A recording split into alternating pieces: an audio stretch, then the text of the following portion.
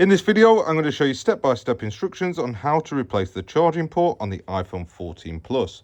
Begin by powering down the device if it's not already powered down, and then remove the two pentalobe screws from the bottom of the phone.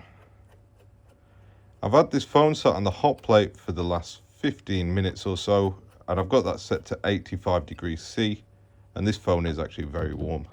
Unlike most other iPhones, we don't go in through the front on this one, we actually go in through the back. So I'm going to put a suction cup on the back cover here and then begin lifting up whilst I add a few drops of isopropyl alcohol into the gap between the chassis and the back cover. It should begin lifting, but if it doesn't, I'm going to use half a Dorco blade and I'm just going to create a small gap. The gap wants to be big enough so that we can fit the plastic pick in there. And then I'm going to begin running that plastic pick along this left-hand edge of the phone. I'm going to do it very carefully because it is easy to break these back covers and they're expensive to replace if you need to. So do take your time with this. It's probably the hardest part of the job, removing the back cover. So just really take your time and make sure you do it right. I've just add isopropyl alcohol just to soften the adhesive as I'm working my way around. And I'm not inserting the guitar pick too far either. I'm going to stop about there, and then I'm going to do the same on this side. I'm going to run it up that edge, add some alcohol just to soften it up a bit more, and just keep working it through until it's all separated. Care needs to be taken around the volume button area here because there is a flex cable, so don't insert the guitar pick too far, and especially don't insert any like metal blades or anything in there. Once we've got enough off, then we can just sort of unfold it like that, and that's the device open. Let's take it over to the workbench and get this charge port swapped. So because this has got a cable attached to it, you need to be careful of that, and I always leave the suction cup on the back cover to act as a little prop so that it doesn't fall over. So now we're into the phone. I'm going to remove these two tri-wing screws here and here. I'll use tweezers to lift that out. It's got a little sort of hook that it connects to just there, so just be aware of that when you're lifting it out.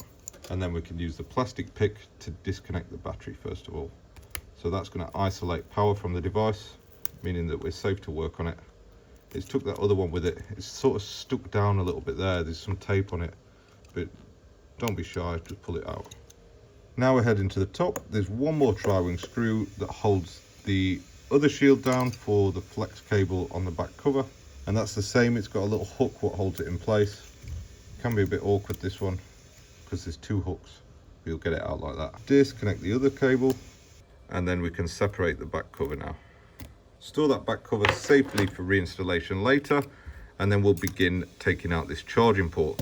Just a very quick note, I'll be using a magnetic mat like this, and I'll lay the screws out the way that I remove them so that I keep it all organized. I strongly recommend you doing the same, as it makes it a lot easier when it comes to putting it back together. I'm going to start on the right side and work my way around, removing all the screws. So I'll start off removing these two connectors here and here, and then I'm going to use a standoff screwdriver to remove these two screws at the bottom of the logic board. If you keep it systematic like this, it makes it a lot easier to remember where things go. So next I'm going to remove the SIM tray. I can never find a SIM tray remover, so I always use tweezers. And now we've got two more crosshead screws holding down another shield just above the Taptic engine. Remove the shield with some tweezers, and then the black plastic stick to disconnect the flex cable for that Taptic engine. There's another standoff screw that we can access now just to the left of that connector. Remove that and store it on the magnetic mat. Now we're in this bottom right hand corner. Two crosshead screws at the bottom of the Taptic engine. Remove those two. Then I believe you can take out the Taptic engine at this point, giving us access to the other standoff screw holding the SIM tray in. Just make sure that the little pin for the SIM tray is pushed into the chassis so that you can remove it. And this is the reason I told you to remove those two screws holding down the motherboard. You need to sort of lift up the board a little bit. So if you get underneath the SIM tray with the plastic spudger, then you can lift up the board at the same time. It's a bit awkward to do, but you will be able to pull it out like that. So back into this right hand corner, there's another crosshead screw on the very bottom right, one here, another one on the loudspeaker here. This is a bit of a weird screw because it goes directly into the loudspeaker itself, and it definitely confused me the first time I was working on one of these and putting it back together. We've got one more crosshead here, a tri-wing screw just on the bottom right of the lightning connector. I'm going to go ahead and remove this other crosshead screw on the left of the charging port, and then we'll get this little tri-wing screw out as well here. Carrying on through, we've got a crosshead here and another one here, and that means that we can now remove the loudspeaker. We've got one more standoff screw just here, and then there's a couple of crosshead screws in the edge of the chassis. Now I'm going to stand this up on its edge and remove the crosshead screw here. And now we've got this metal shield to remove that holds the barometer and microphone in place. And another standoff screw just here. Pull out that barometer sensor there, and we've got another standoff screw just here. I know it's super awkward to remember where everything goes, but I will run you through a full reassembly guide once we've got it out. There's one more screw in the side there, and then there's one more just here. We're very nearly out, guys. I just want to get this plastic shield or jiggy sort of thing out of the way now. So once we've got that, I think, oh yeah, just be careful here, because attached to that plastic jig is the speaker cable or grounding cable. Yeah, it's just a little grounding cable, and then you should be able to take that plastic holding jig out, giving you access to that last screw just here on the bottom right of the lightning connector.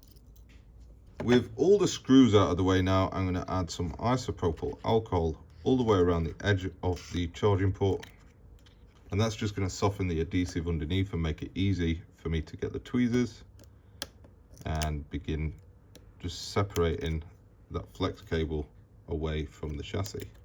Just make sure you get the mic out there, and then just lift it out. Just watch out for these little clips here, because they need to stay where they are. See if I can get it with the tweezers. It's a bit awkward. And then if you find it's a bit tough, oh, I missed a screw. Bad me. Just here, love. Shame. There's always one. So just a little tip when you're removing anything like this. Obviously you can just rip it out, and like I could have just ripped that and pulled the screw out, and I'd have missed it putting it back together, and I'd have had to mess around. Whenever I'm removing these, I always treat it like I'm pulling it for reuse. Even though this is going to get recycled, always treat it as though you're pulling it, and then you're not going to miss things like those screws at the bottom there. When you're replacing the part, make sure that it's a genuine reclaimed part. Sometimes that means that the colour at the end changes, although the only bit that you can see is inside it, and most of them get dirty anyway, so a darker colour is always better. This was the only colour that was available to me at the time that I bought it, so that's the one that's getting installed. Remove any plastic covers on the microphones carefully so you don't rip them off. If you don't use a genuine part for this, then you'll find that it may cause a 3-minute boot loop, in which case you'd have to replace it again. That's the part. I think we've got all the peels off. Oh, there's a little cover on the barometer sensor there. I always call that a barometer. A lot of people call them a pressure sensor. It doesn't matter, it's the same thing. And then we can just lay it out into the chassis. And the first bit that I always make sure is installed is these 2 screws either side of the lightning connector itself. Once they're in, that's right in the middle of the port, and it just means that everything else will line up around it. So if you make sure that they're lined up and installed right, then everything else will follow around it. They're in nice and tight now, so I'm going to start just reassembling this screw by screw, starting off with, I think, the screw that I missed out or forgot about, sort of. My screw can go in just there. There's another very small grounding screw just here. Then I'll have a look at folding this plastic part back over, and the other couple of very small screws. There seems to be lots of grounding screws on the iPhone 14 and the 14 Plus. I'm not sure what it's all about. Oh, the last one sits just on the angle like that. Let's go ahead and put that little other grounding clip on. That sits on top of everything there. Then that folds over into there like that. I think that we had one standoff screw holding that down there. Fold this guy over. That's that pressure sensor or barometer that we were talking about. These are always very awkward. I always find that they don't stick when you want them to. And then you get other little grounding clip always gets in the way. But just fold them over. And my thumb's going to be in the way here because I'm holding it in place. Standoff screw just there. Then that metal cover holds down the mic and the barometer. Very awkward. But once it's in, get one screw holding it down and it ain't going to move anywhere after that. One there, one more just there. And I think that that's held now. I might have to unscrew that one real quick to put the loudspeaker back on, but I think that's it. Let's go over to the other side where we've got those grounding screws. I told you there's lots of grounding screws. There's one here. Don't know if my focus is working. Get that in. Then this one. Don't put that one in yet. Definitely need that out for the speaker. We've got another standoff screw going in this top corner here. Make sure that we can see. That's in place. And now with this flex cable, like I say, it's a bit of a strange one. It's not very usual for an iPhone to have something like that. So just make sure it's out of the way. Yes, I definitely need to take that single crosshead out. We'll get that out of the way, look. Drop that on top of it, and then we'll re-screw it down real quick. And that's the first one holding the loudspeaker in place. And then I'm just going to work from left to right now. So we've got one screw here. Another crosshead down the bottom here. Got a tri-wing at the very bottom of the charging port. Another crosshead just there. It's all starting to come together now, isn't it? Go for that other tri-wing screw on the right side of the charging port now. I think I'm tangled here. Nope, we're all right. We're all right. I thought I got tangled up. It just got snagged a little bit, but that folds over like that, and then there's a crosshead screw that goes into the speaker. So strange. And that is just about the charging port installed. We'll move up here and we're going to re-plug everything in. In other videos for other iPhone models, if you're watching this and you've watched other ones, I always say to connect them first, but that's because they fold over a little bit different. But once you've got all this lined up, these always line up fine on this side. Just if you're confused why my top tip doesn't apply to this one. So next we'll go for the SIM tray. You may be able to slide it in underneath. You should just have to slide it under, lift up the board a little bit, and then it'll allow you to reconnect that SIM tray without reconnecting the battery. And then let me get my old part, because I've just noticed that there's like a block, what's not on my new charge port, that sits under the connector there. So make sure that that goes in. It just supports the connector for the Taptic engine. Before I can put that Taptic engine in, there is just one standoff screw that goes in here when I've got it lined up right.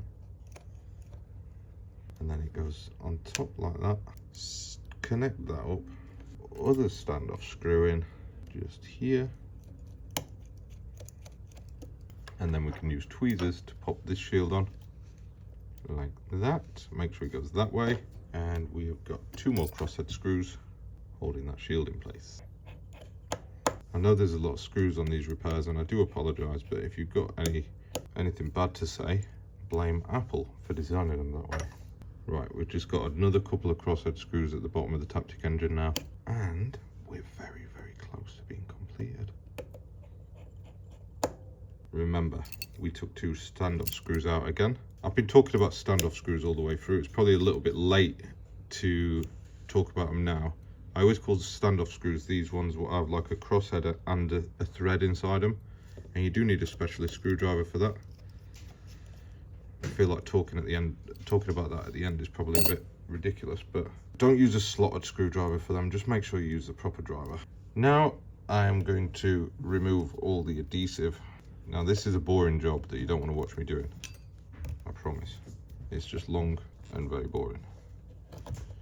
But make sure that all the adhesive is removed, because we're going to replace that with a fresh and new adhesive seal. I'll probably skip this bit, not in real life, but I mean the video. So come back in a minute when all this is cleaned up. With all the old adhesive removed, we can install a fresh one.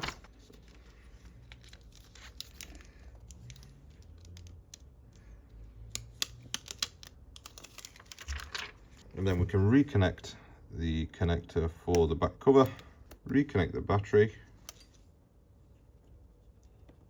And then we've got this shield. Make sure that it hooks on first before you connect it up. And that's held down, of course, with the 2 tri-wing screws here and here.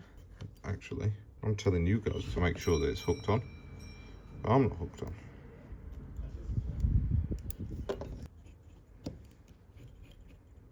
Now finally, we've got this one up here.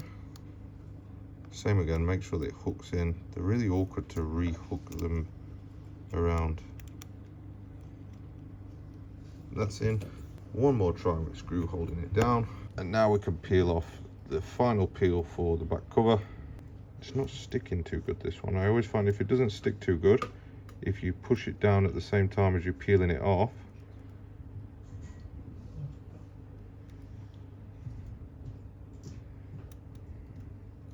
then it should stick a bit better. I think this adhesive's garbage. I'm gonna have to reline it up. Make sure that it's stuck on, because it's stretched a bit now. Fold it over to get the rest off. Hopefully this side isn't too bad.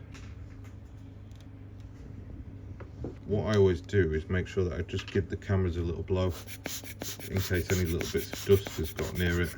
Secure it down at the top first, then apply pressure along the edges until it sits in. Don't forget your SIM tray, the SIM card, and then of course the 2 pentalobe screws at the bottom of the device. Make sure that it's stuck good all the way around. Make sure that it's stuck good all the way around, and then you can plug it into charge, and you should get a charging symbol at this point. Oh, even an Apple logo is even better. And then you should be able to plug it in and it charges. That just about completes this repair. Thank you for watching, and see you in the next video.